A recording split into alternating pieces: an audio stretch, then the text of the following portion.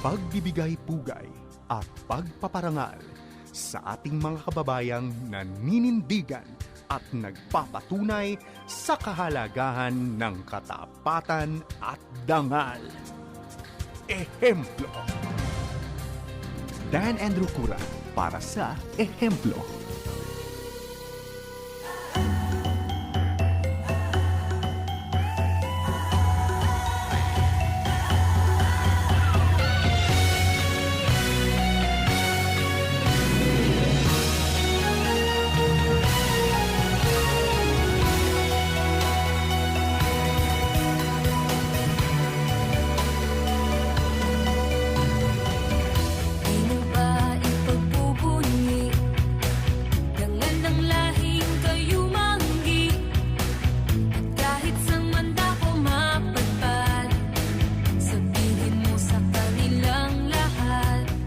Magandang araw po sa inyong lahat at maraming salamat na naman sa inyong patuloy na pagtangkilik dito sa ating palatuntunang Ehemplo. Ako po ang inyong lingkod, si Dan Andrew, at welcome po dito sa FEBC Radio. Ako maraming salamat po, lalong-lalo na kung kayo po ay taga Maynila by 702 DZAS. Magandang araw po sa inyong lahat. Gayon din sa Bacolod over 1233 DYVS. Maraming salamat sa inyong patuloy na pagtangkilik. Ganon din ang South Cotabato 1062 DXKI.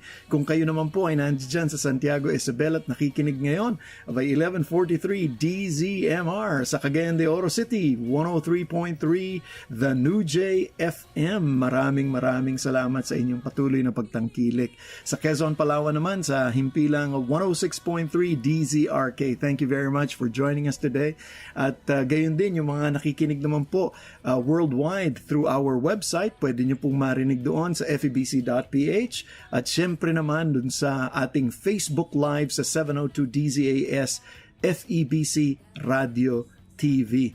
Tayo po nagpapasalamat sapagkat marami pong channels na pwede nyong mapakinggan at mapanood din ang ating palatuntunang Ehemplo. Siyempre meron din po tayong YouTube channel na pwede ninyong tunghayan. At para po dun sa mga ngayon pa lamang nakakapakinig ng Ehemplo, abay tayo po ay pinag-uusapan po natin ang kagalingan ng Pilipino, yung mga mabubuting halimbawa po dito sa ating bansang Pilipinas sa pamamagitan po ng mga kwentong buhay nila.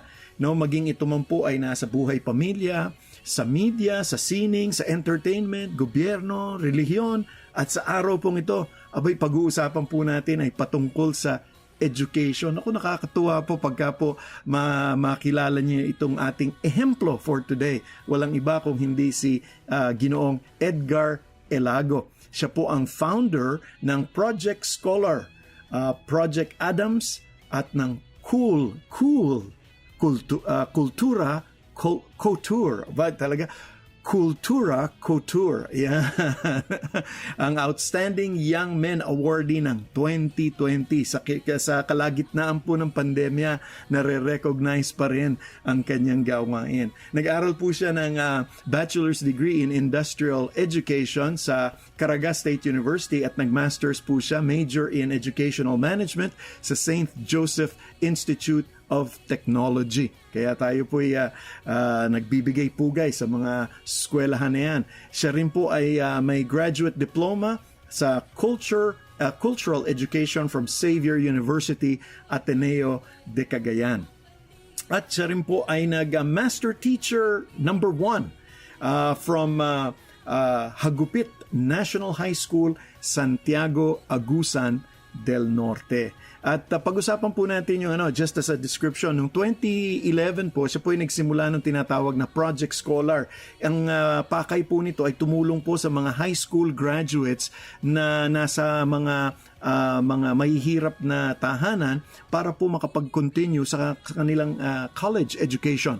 So ang project beneficiary po ay mga indigenous peoples. Marami po dito mga katutubo at mga out-of-school youth. Yan po, ano? At siya rin po ang founder ng Project Adam, ADAMMS. Adopt a Mamanwa, a Manobo student. Ayan po ang kanyang, so mga Mamanwa at Manobo. So para po matulungan po ang mga kabataang ito, lalong-lalo na sa larangan po ng pangangailangan nila sa education, whether it is sabihin na nating nasa mga pananamit nila at saka mga school supplies nila, kasama po yon. Tapos in-establish po niya itong isang social enterprise na yun nga po ang tawag Kultura Couture noong 2019 bago po magpandemya.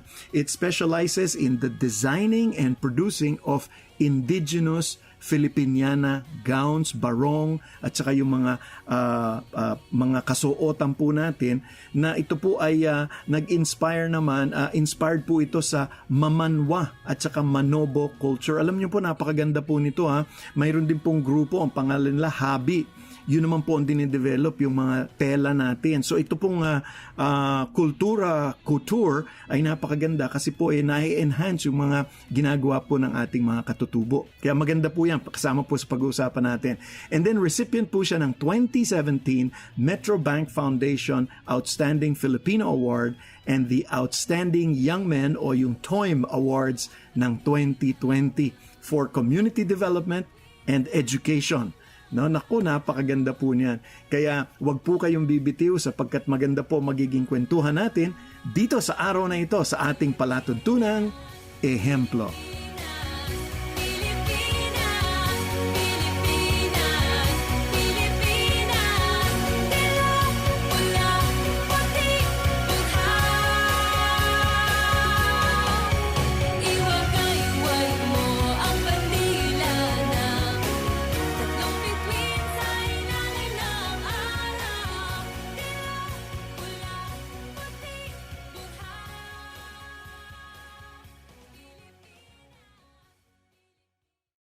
Sumasahing papawid mula sa Maynila.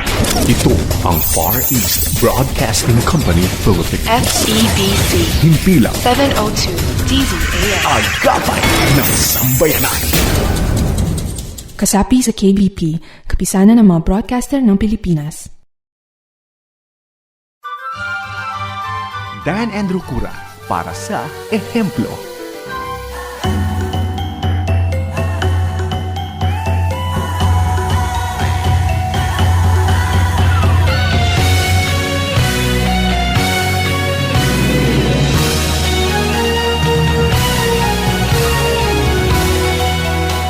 Magandang araw po muli sa inyong lahat at ako po nagpapasalamat sa pagkakataon na kasama na po natin ang ating ehemplo. Walang iba po kung hindi si Ginoong Edgar Elago. Teacher Edgar. Yan Founder po siya ng Project Scholar, Project Adams at siyempre yung Kultura Couture at isa sa mga TOYM ng 2020. Nako, magandang araw sa iyo, Kuya Edgar. Bumati ka naman sa iyong mga nakikinig sa atin. Magandang araw, Kuya Dan, at sa lahat po ng mga nakikinig po. Isang magandang araw po sa ating lahat. Sana po kayo okay at please stay safe po. Maraming salamat po for this opportunity for this time, Kuya Dan. Oo, talagang talagang kasama na ngayon yung stay safe, yung ingat Noon sinasabi lang yan parang padaan lang ingat, pero ngayon talagang totoo. Ikaw ngayon ay nasa Agusan, doon ka ba nakatira, Kuya Edgar? Yes, Kuya Dan, dito po ako sa probinsya ng Agusan del Norte. Particularly here in the city of Cabadbaran.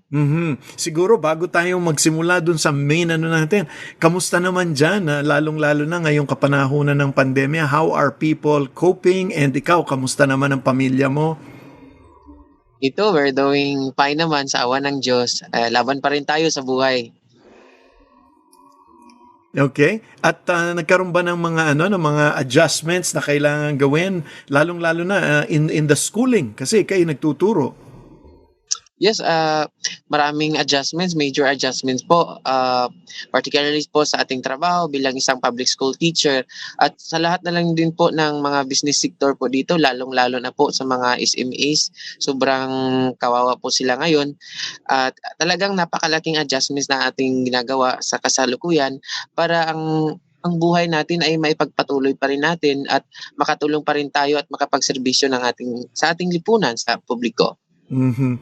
Now, Kuya Edgar, siguro, yan, magandang parang entry natin, ano? So, kasalukuyan, ikaw ay patuloy na isang public school teacher habang pinagpapatuloy mo pa rin itong Project Scholar, Adam, at yung Kultura Couture. Tuloy-tuloy pa rin yon habang nagtuturo ka. Ganun ba yon? Yes, Kuya Dan, matuloy-tuloy pa rin ito. Walang pinipiling panahon kahit sa panahon ng pandemya. Ang ating passion po sa pagtuturo sa publiko, sa pagtulong po sa mga marginalized sector po natin ay tuloy pa rin, lalong-lalo na ngayon sa panahon ng krisis.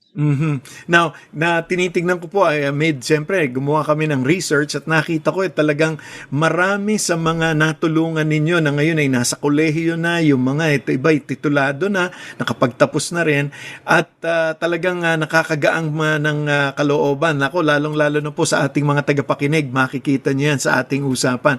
Siguro, Kuya Edgar, nung bang ikay bata pa, talaga bang pagtuturo na yung iyong dinesire na maging na I really want to become a teacher pagdating ng hinaharap? Yes, Kuya Dan, ako po isang anak na isang napakasimple at mahirap na pamilya dahil ang aking ama ay isang karpintero at ang aking ina ay isang magsasaka. So, siyam kaming magkakapatid, lumaki po ako sa kahirapan at nung kabataan ko, ako'y nagtitinda ng gulay dito sa palengke ng aming lugar at nakikita ko po yung gaano kahirap ang buhay. So, lalong-lalo na dito sa probinsya, malayo po sa Kabiasnan at talagang napakahirap po mabigyan ng tulong galing sa ating pamahalaan. So, dahil sa karanasan ko, ito'y nagtulak sa akin para makapag-create ng change ng society sa pamamagitan ng pagtuturo. Actually, yan nga yung isang na-pick up ko dun sa aming pinag-aaralan. Ang iyong parang pinaka-statement is, education is the best tool to change the world. So, ang pag-aaral, ang kaalaman, ang pinakamagandang kasangkapan para baguhin ang daigdig. At sigurado na, yung daigdig din nung mag-aaral mismo. No? So, yan ang parang naging mantra ng isang Edgar Elago. Totoo po yan, Kuya Dan, dahil po bilang isang teacher, kapag ang isang bata ay mabigyan mo ng tama at insakto at saka quality na edukasyon para sa ating mga kabataan, walang pinipili mayaman o mahirap, talagang napakamahalaga ito, lalong-lalo na po sa ating mga kababayan, ating mga mahihirap, mabigyan po sila ng isa sa mga basic rights po natin to educate ourselves. Dahil kapag ang isang tao ay mayroong pinag-aralan sa buhay, talagang malaki ang kanyang tsansa para maiangat ang kanyang kabuhayan, ang kanyang komunidad, lalong-lalo na sa ating siya ay makapag-create din ng positive impact sa ating mga societies or sa ating mga komunidad at sa kalakihan makatulong po tayo sa ating bansa. At saka totoong-totoo sa sarili mo kasi ikaw mismo nakita mong nagkaroon ng pagbabago din sa iyong sariling buhay. Totoo po, Kuya Dan, dahil po sa talagang edukasyon po na nakuha po natin kahit ako ay isang batang mahirap, dahil doon nakalaki talaga yung pagbabago ng aking pamilya. At dahil po sa aking edukasyon na nakuha, ito'y naging isang daan at tulay para ako isang magiging ehemplo o magiging isang halimbawa para makatulong po sa ating mga kababayan. Ngayon, paano ngayon siguro on a personal level muna tayo? Paanong nagbago ngayon yung magkakapatid at si nanay at si tatay? Paano nagkaroon ng pagbabago? Bali po, nung ako'y nakatapos, pinag-aral ko po yung mga nakakabatang kapatid ko. Aking ina ay hindi na nagsasaka sa bukid. Tsaka meron na rin silang mga magandang trabaho yung mga kapatid ko dahil sa edukasyon. So talagang talagang you are speaking by experience, no? Kaya yun ang isang maganda doon kasi ikaw mismo naging daluyan nung kaalaman na yon. Ngayon, dito naman sa so magandang natin simulan muna natin. Ano ba ang nauna dito, yung Project Scholar, yung Project Adams? Kasi yung Project Adams talagang mga katutubo mamanwa at saka mga manobo yung target mo doon alin ba ang nauna at paano mong nasimulan itong scholarship program na ito? Well, my Project Scholar started last 2011. Naka-focus po ito sa mga high school graduates na gusto pong makapag-aral ng kolehiyo sa tulong po ng ating mga butihing mga ang iba mga government officials, mga philanthropists, mga foundations po outside and here sa ating bansa ay nakatulong po tayo o nakapag-hatid po tayo ng tulong ng mga more than 100 na po na mga kabataan ngayon. Sila ay mayroon ng mga iba't ibang kurso na kinukuha sa kasalukuyan at ang iba ay mga professionals na sa kanilang mga pinipiling mga kurso na gusto nilang maabot. At saka to sustain my projects, I created the project shop at home noong 2011 din at the same time. Tapos noong 2018 nagkaroon po tayo ng isang permanenteng space po sa siyudad ng Cabadbaran dito sa probinsya para po mapalawig po ang ating passion po, ang ating pagtulong po sa ating mga kabataan. And then to give more focus to our indigenous people, nakapag-create po tayo ng Project Adams. Ito ay nakatulong sa mga indigenous junior high school students. Tinutulungan po natin sila ng libreng miscellaneous fees, mga school bags, at iba pang mga gastusin sa paaralan. And then every summer, every Christmas break, meron tayong mga community services na ginagawa.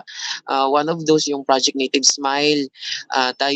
Together with my volunteers po at saka aking mga miyembro ng aking pamilya, nagkaroon po tayo ng thousands of individuals na natulungan po natin sa pamamagitan ng ating Project Native Smile, na binibigyan po natin sila ng mga damit at storytelling for the indigenous children, at saka nagkaroon po tayo ng isang feeding program para sa mga malnourished children po sa ating mga kapatid na mga taga-bundok, mga indigenous peoples po dito sa aming lugar. So malaking parang lumawak siya, no? So nagsimula sa isang scholarship program, tapos nanganak ng mga ibang gawain. Pero malaking bagay, kasi nabanggit mo na yung munisipyo ng Cabadbaran ay tumulong dun sa iyong gawain. Ano ang impact, no, na ang isang teacher na katulad mo, isang guro na katulad mo na mayroong ganitong advocacy ay matulungan nung either barangay o nung munisipyo o nung syudad? Ano ang nagiging nagiging epekto nun dun sa iyong ginagawa? Well, as a founder of the different community projects and programs, it made realize myself na kung ang isang impact pala ay minumultiply at talagang napakalaking impact po ang magagawa para sa ating mga kabataan, pati na rin sa mga marginalized sector po natin. So kailangan po ang tulong-tulong dahil hindi po to kaya ng isang tao, ng isang Edgar Ilago po lamang. Kailangan din po natin ang isang suporta ng ating mga nasa posisyon po ng ating gobyerno at pati na rin po sa ating mga private sectors, mga NGOs. So ang inyong lingkod ay sobrang saya po dahil po ang gobernador ng aming probinsya, si Governor Del B. Corvera, at saka sa aming buting mayor, ay talagang napakalaki po ang suporta para sa ating mga programs and projects po. So dito sa iyong gawain ay kasi dahil nga hindi lamang ito pagbigay ng scholarship, nandiyan ka pa yung mga bagay na ibinibigay, hinahandog mo doon sa mga kabataang nag-aaral. In terms of the private sector, dahil siyempre kakailanganin mapondohan ito. So alam na natin na sumusuporta yung ating local government at yung gobernador. So maraming salamat doon. Yung private sector naman, paano naman sila naging involved dito sa gawain ito?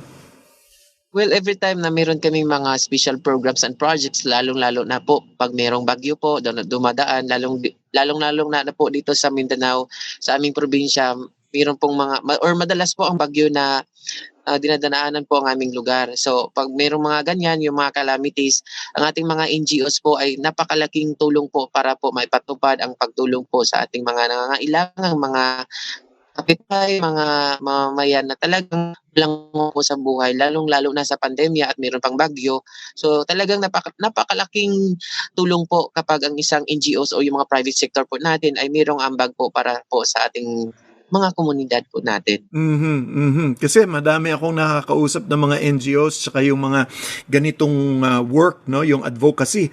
Ang talagang number one na kanilang laging hinihingan ng tulong ay yung pondo to fund the work that they're doing. Pero ito dahil nga nakita inyong community kasama na yung local government na ito'y isang napakagandang bagay na tulungan ng mga bata ay tawag ito, naggumagaang, di ba, no? Gumagaang yung gawain.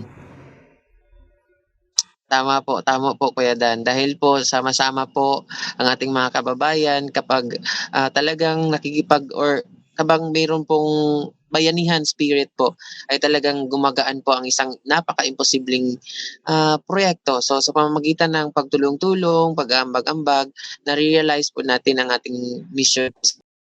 Dito sa iyong advocacy, yung bang mga bata ay siyempre kailangan kung ikay scholarship dapat mayroong parang mine-maintain din. Dapat ang ambag naman nila yung sila'y makapag-aral ng maayos, di ba?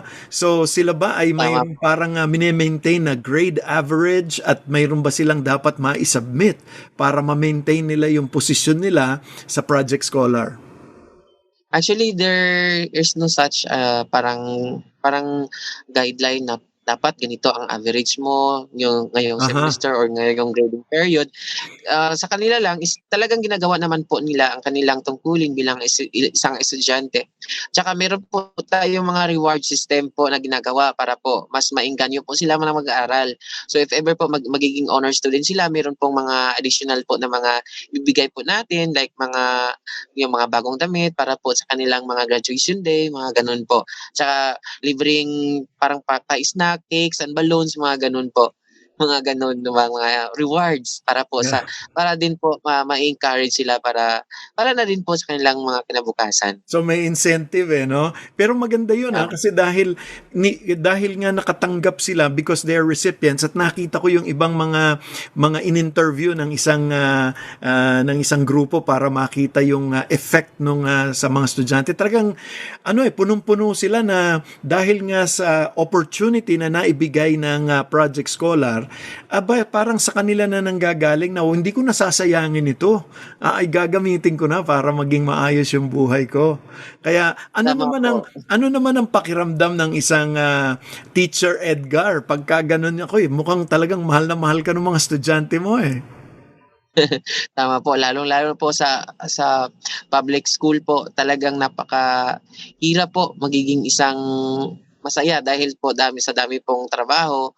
So kapag nakikita mo yung estudyante mo na meron na talagang nakukuha or gumagawa na din po ng impact na once I give to them, so parang napakalaki, hindi masukat yung kaligayahan mo.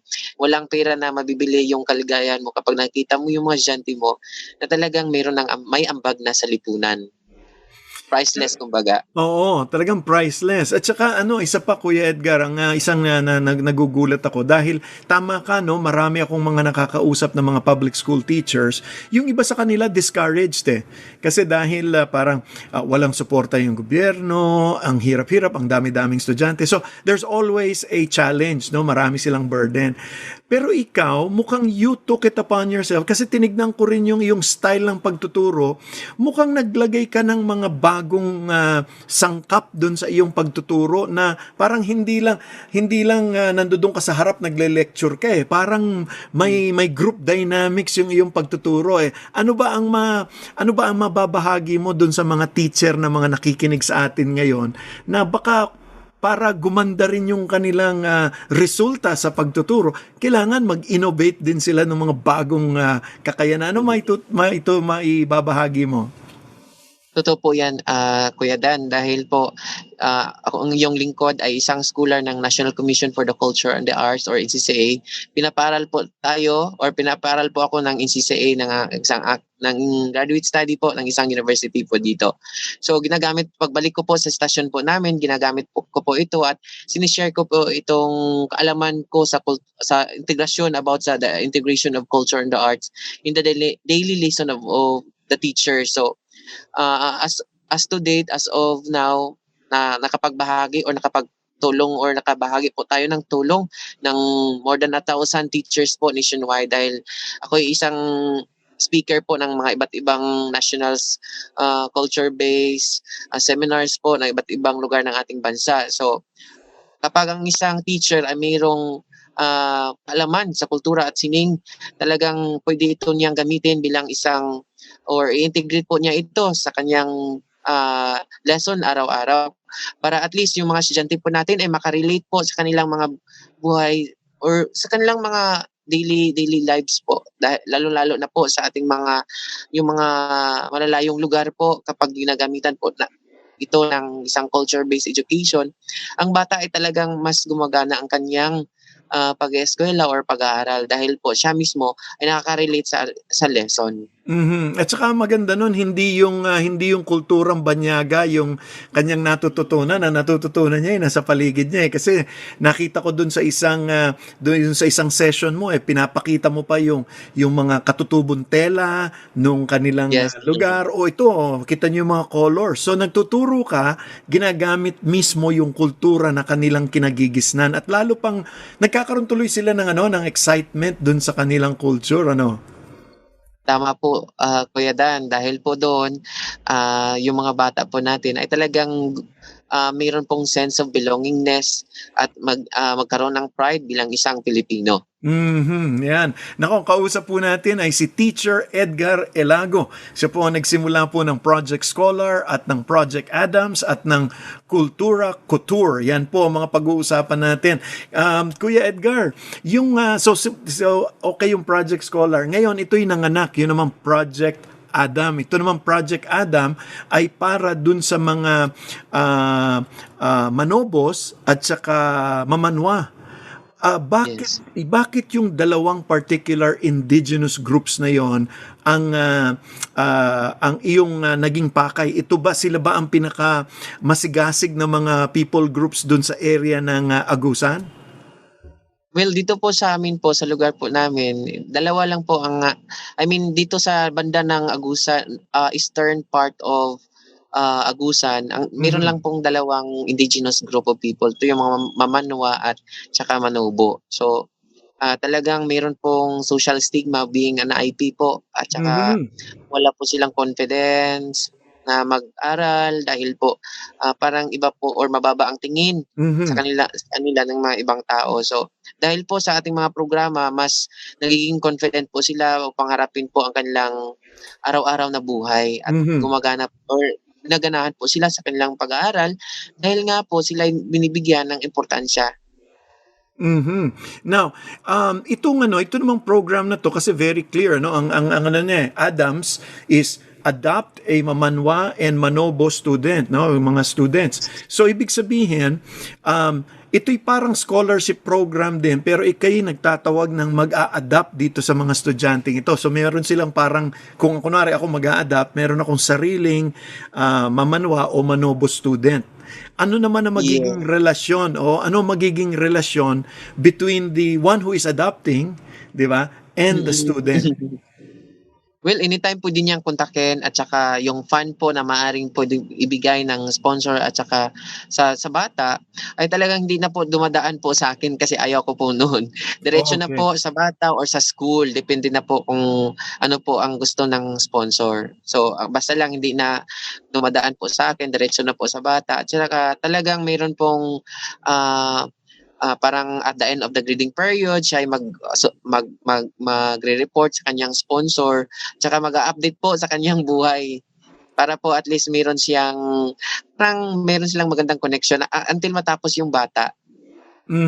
So parang parang foster parent din, gano'n, nakikitulungan dun Yun. sa kasi yun din yung gusto kong matanong. Ano ngayon ang magiging relasyon nung sponsor dun sa mga parents naman? Meron din ba silang parang coordination? Meron din ba silang pagkakilanlan sa isa't isa? Meron po, tsaka gumagawa din po ng mga thank you later po ang ating mga indigenous people students po natin sa kanilang mga sponsors po dahil meron din pong mga sponsor na ayaw po magbigay ng kanyang impormasyon, ginagalang po natin yun, depende na po sa gusto ng ating mga donors. Mhm. Pero alam mo, ang maganda dito yung sinabi mo kanina na sabi mo, ayaw mo na kasing dumaan pa sa'yo yung fund. Kung may bibigay naman ng sponsor at magbabayad naman ng matrikula, diretso na dun sa eskwela. At ang Yes. maganda doon dahil iniingatan mo yung integridad nung project na iyong ginagawa, whether it's Project Scholar or Project Adams, ayaw mo na mabahiran ito na baka sabihin nila, naku, baka pag nagkakakitaan pa ni Teacher Edgar ito, no? Ha? So Where in maganda fact, yun. I also use my meager salary po para po mas mapalawig pa ito dahil po sa Oo. ating oo. Kaya gano'n po ang ating ginagawa. Mhm. So that's ano 'yun, magandang ehemplo para sa mga may advocacy na kailangan pa rin talaga ng sinasabing ang transparency at saka Yes. accountability dun sa ginagawa. So napakaganda ng ginagawa na 'yan. Nako, marami pa po tayong pag-uusapan kasama si Teacher Edgar. Ang kasama po natin ngayon ay walang iba kung hindi si Kuya Edgar Elago. Siya po ang ating ehemplo sa araw na ito at ang nakatutuwa po niyan ay si Kuya Edgar po ay isang TOYM o 10 Outstanding Young Men Awardee of 2020. Babalikan po natin siya makalipas lang ang ilang paalala dito sa ating palatuntunang ehemplo. Hindi ko ikahihiya dahil ang Diyos ang sa ating nagtata. Minamahal ko ang bayan ko kahit tawanan ng buong mundo. Taas mo o paghusayan mo, pakita mo'y kay Pilipino. Iwagay-way mo ang bandila na tatlong bituin sa ilalim ng Iwasan ang pagkakaroon at pagkalat ng sakit na COVID-19. Palagiang maghugas ng kamay. I-check ang temperatura para sa lagnat. Umiwas sa matataong lugar. Iwasang hawakan ang mukha kapag hindi pa nakakapaghugas ng mga kamay. Iwasan muna ang pagyakap, beso-beso o paghalik sa ngayon. Maging maingat, maging ligtas. Basta't laging handa at sama-sama, kaya natin to. Hatid sa inyo ng PCOO, DOH, KBP at ng himpilang ito. Dan Andrew Cura para sa Ehemplo.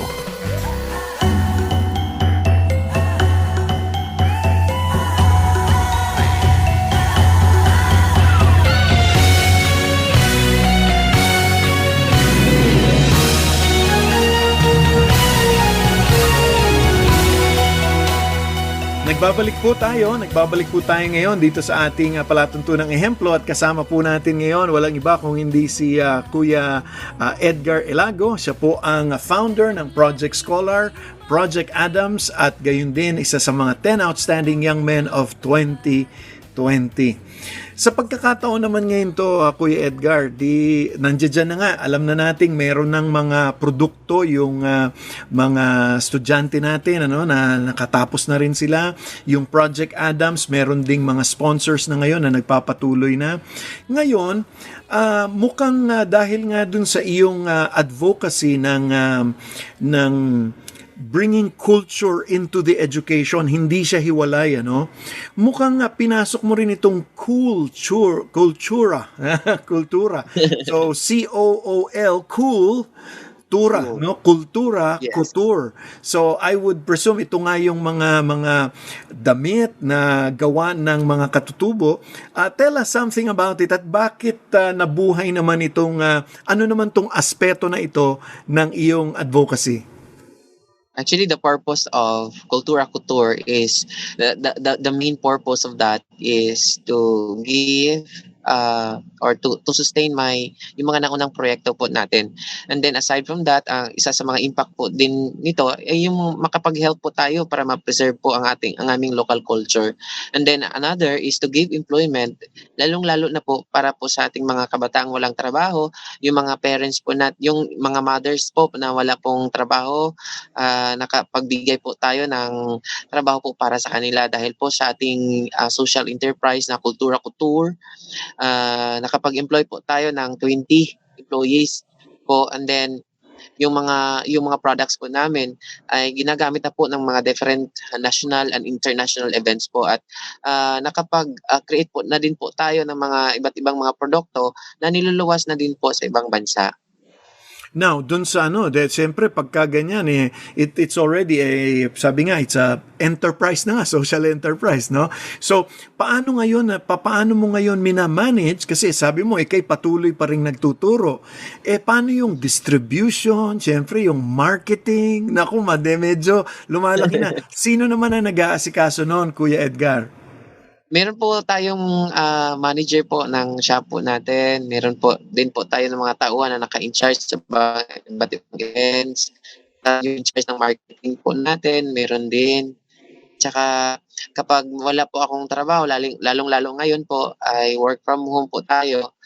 Every week po ang duty po natin. Kapag walang duty, dito po tayo sa shop at makatulong na din po sa ating advokasya.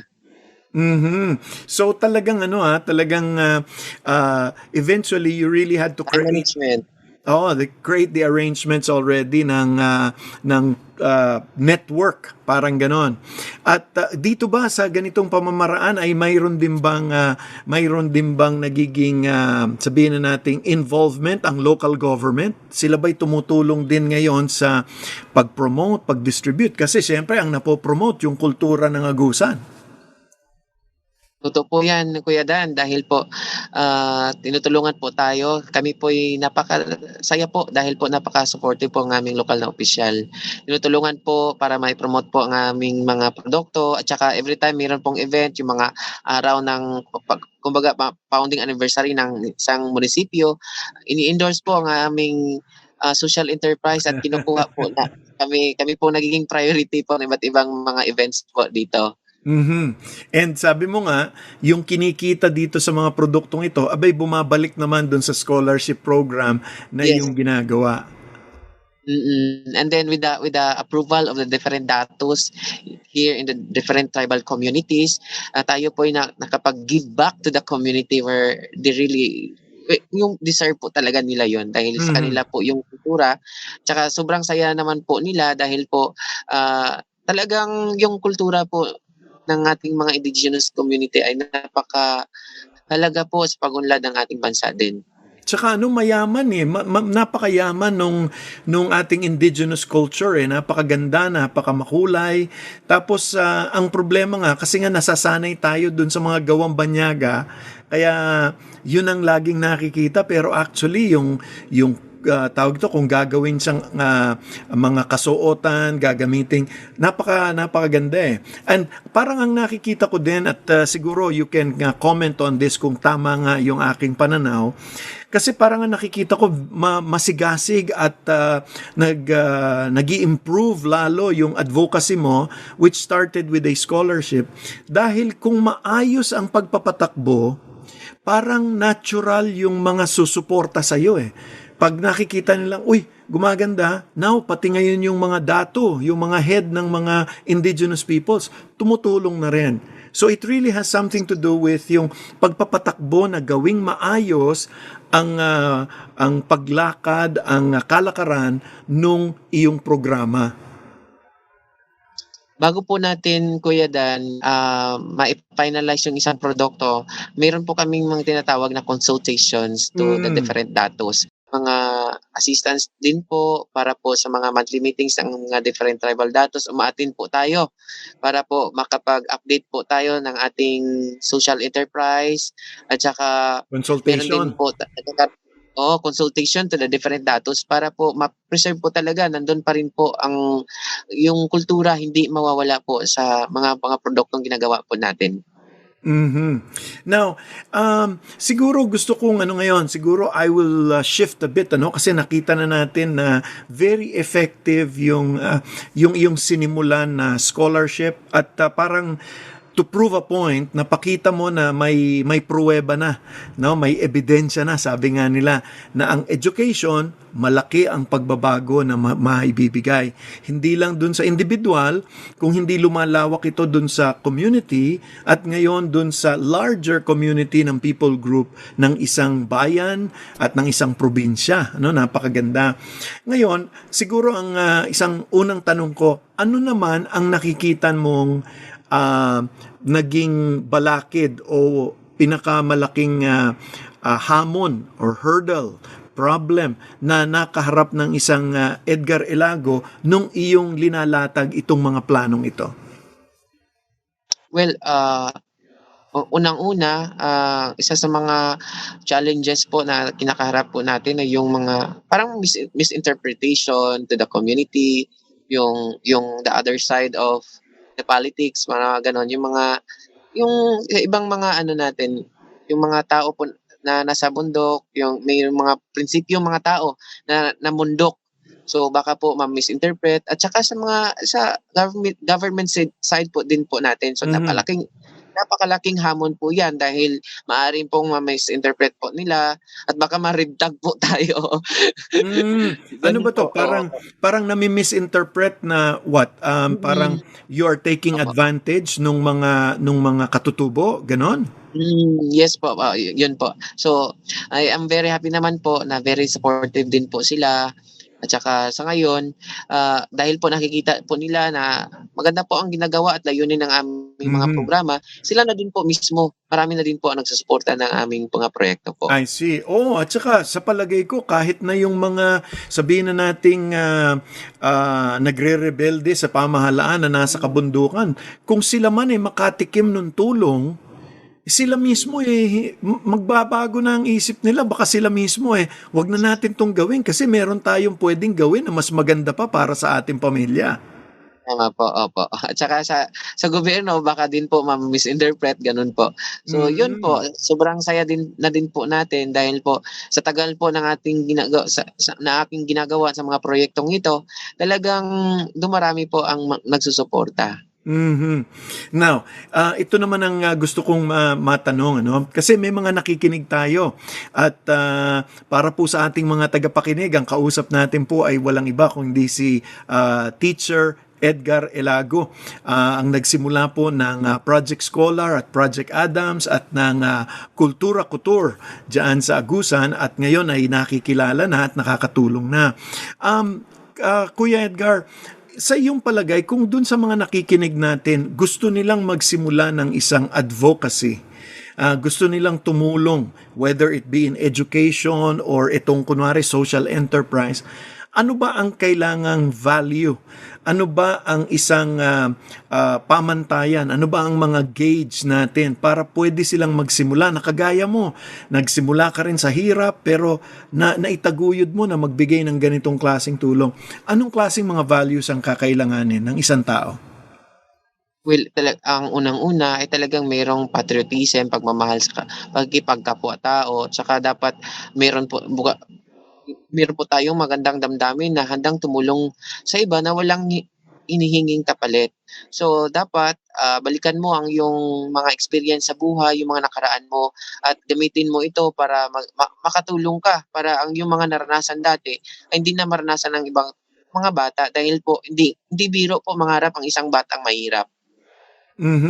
Dahil alam mo yun no? Personal mong na-experience yun Nakita mo yun na ang pangarap ng isang bata ay maaari mong pagsibulin, maaari mong palakihin, pero pwede mo ring i-stunt, di ba? Pwede mong pigilin di ba?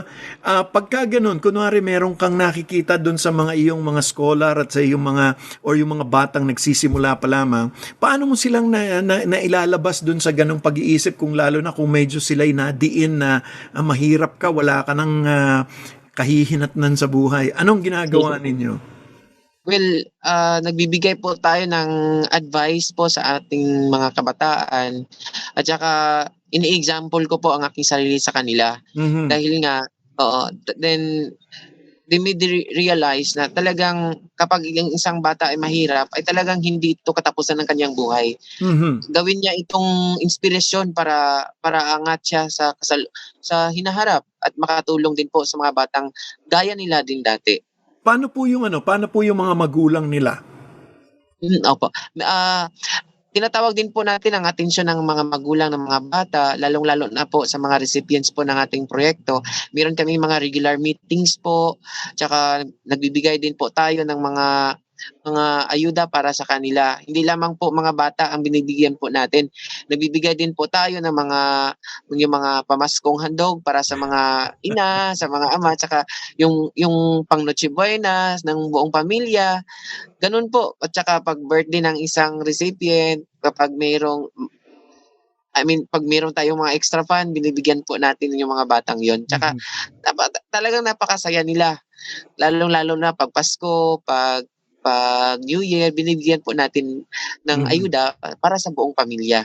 So malaki talaga, malaking bagay na when you're thinking maganda to para sa mga nag-iisip ng mga scholarship programs na hindi lang pala yung bata, kung hindi pati yung mga magulang kailangan kasama din na kino-consider dun sa programa. Kailangan sila rin ay ma-educate, malaman na kailangan alalayan niyo rin yung mga bata habang tinutulungan na yung mga bata sa kanilang pag-aaral.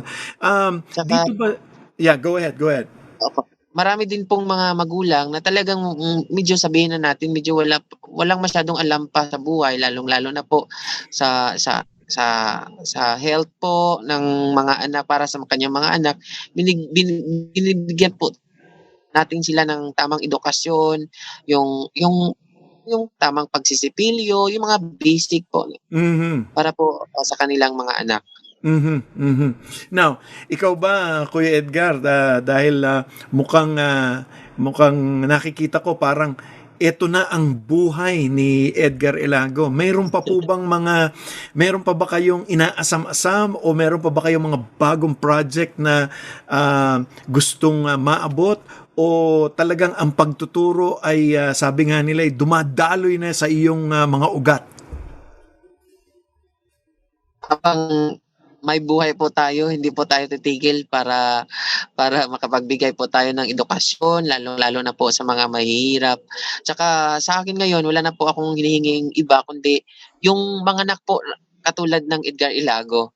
Kumbaga, mas marami pa pong mai-inspire pa para makapaggawa din ng impact kahit konti, kahit maliit na bagay, para po sa kanyang mga society or sa komunidad po natin. So sana mas marami pong ma-inspire para po makapag-create din po ng change ng society po natin. Meron na bang mga Edgar Jr.? May mga sumusunod na ba sa iyong yapak na gusto nang Marami magsimula? na po yung mga teachers po. Okay. Yon. Kasi sabi nga lang, isa sa pinakamagandang gawain ay yung gagayahin din ng ibang mga tao at sila rin ay gagawa ng i-expand. Sabi mo nga, yung dadami yung gagawa nito, hindi lang ikaw. Yes po, where in fact, ang karamihan po ng mga volunteers po natin ay mga young professionals. So, itong mga young professionals na ito ay dati ding mga recipients ng ating project. So, kumbaga, nag-give back din sila ng ng aking proyekto. So, they multiplied actually the impact that I once give to them. Nako, Kuya Edgar, kung merong mga nakikinig ngayon at gusto nilang umambag sa gawain ng Project Scholar, Project Adams at ng Kultura Kutur, paano ka ba nilang pwedeng abutin? Well, they can message me in my Facebook account, Edgar Tolentino Ilago. Kapag meron po kayong magandang kalooban para matulungan pa, mapalawi pa po natin ang ating advokasya po sa pagtulong ng mga kabataang mahihirap. Hindi kasi kailangan maging mayaman para makatulong po tayo sa ating mga kapwa Pilipino. Kahit maliit na bagay na po yung pwede niyong itulong po sa aming proyekto, ay talagang napakalaki na po ito para po sa ating mga mahihirap na mga kababayan. So sana po sa lahat ng mga nakikinig po ng programa ni Kuya Dan, sana po ay matulungan niyo po kami para mapalawig po ang aming advokasya para makatulong sa mga kabataan na mahirap at sa aming mga indigenous community po namin dito. Nako, kausap po natin si Edgar Elago. Siya po ang founder ng Project Scholar, tsaka Project Adams at Kultura Couture. At sa ating pagbabalik, yung mga last minute mga payo sa atin ni Kuya Edgar. At kaya wag po kayong bibitiw. Dito lamang sa ating palatuntunang ehemplo.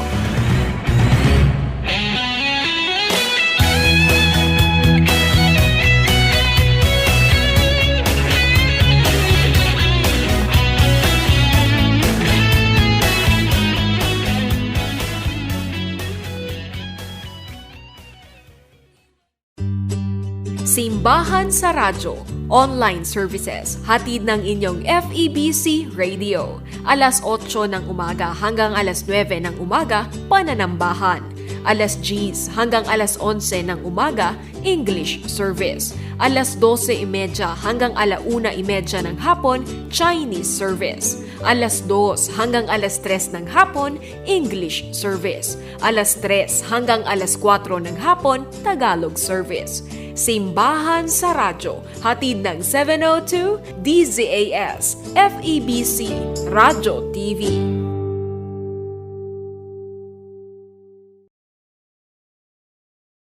Dan Andrew Cura para sa Ehemplo.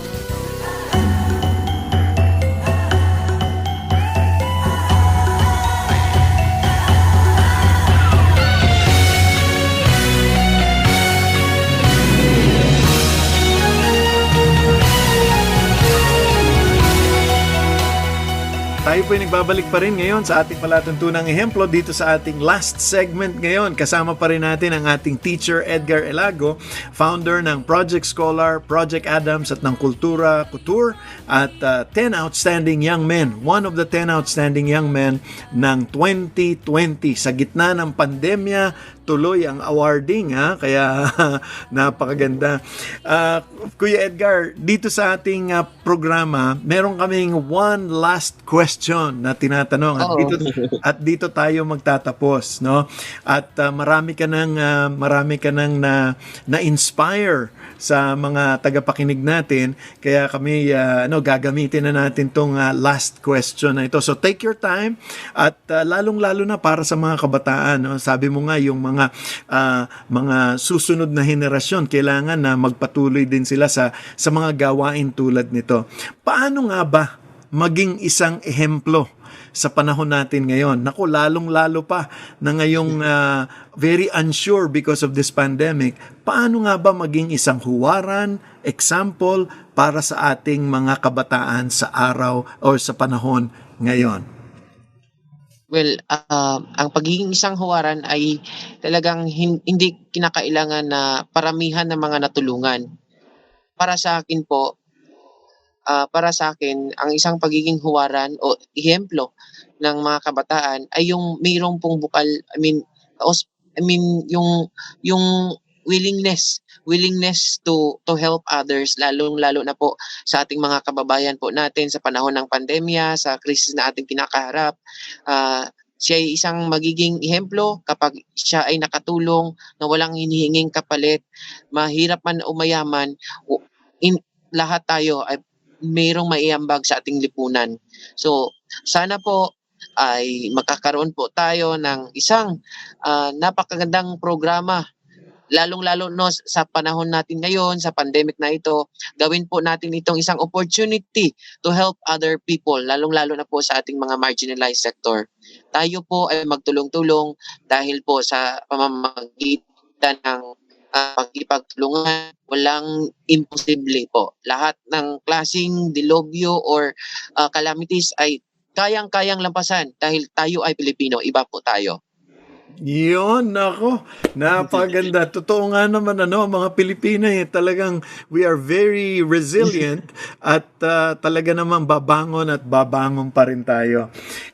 Kuya Edgar, maraming salamat sa oras na binigay mo sa amin at ang dalangin namin ay lalo pang lumago ang gawain ng isang Edgar Elago.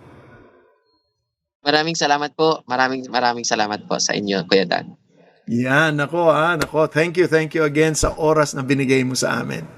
At dito po nagtatapos ang ating palatuntunang ehemplo. Naku, maraming salamat po sa inyong patuloy na pagtangkilik. At siyempre tayo po nagpapasalamat kay Teacher Edgar Elago. Napakaganda po at sana po, sabi nga natin, may your tribe increase. No, sana po dumami pa ang mga katulad po ni Kuya Edgar sa kanyang gawain. At kung mayroon po kayong mga kakilala na katulad ni Kuya Edgar, abay pwede niyo po kaming bigyang information, no? Bigyan niyo po kami ng information sa 0999-223-5675 sa Smart. Ulitin ko po,